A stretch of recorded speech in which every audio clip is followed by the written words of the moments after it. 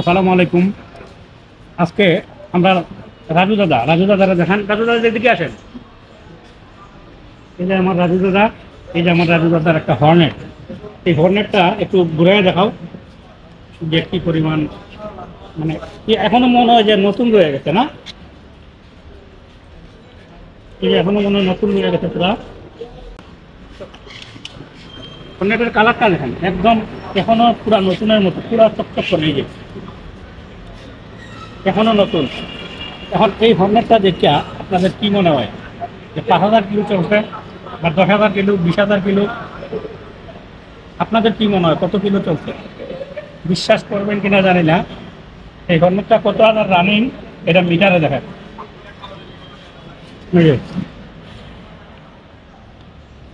এই দেখেন 82,843 কিলোমিটার।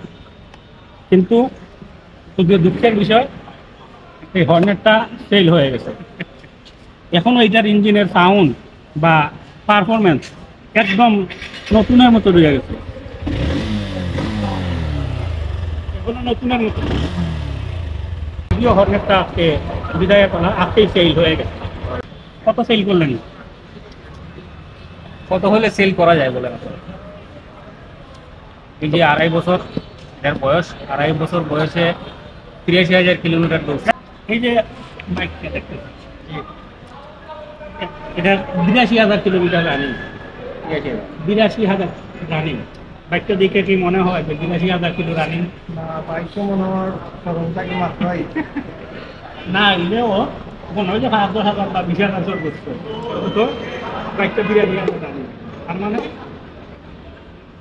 1 লাখ হয়ে দিব বেশি করে। বেশি দিন না, 1 লাখ। এখন কত সেল করলেন দাদা? কত সেল করাবো আপনার একটা আইডিয়া দিবেন? আপনি তো এই কথা আপনি দাম বলবেন। আপনার একটা আইডিয়া আছে না যে এই গাড়িটার পুলিশ যে পরিমাণ বলছে এখন যা ভাই মাসাল্লাহ বলবে। যাই হোক, এখন কত সেল করা যায় এটা আপনারা বলবেন। যদিও বাইকটা অলরেডি সেল হয়ে গেছে,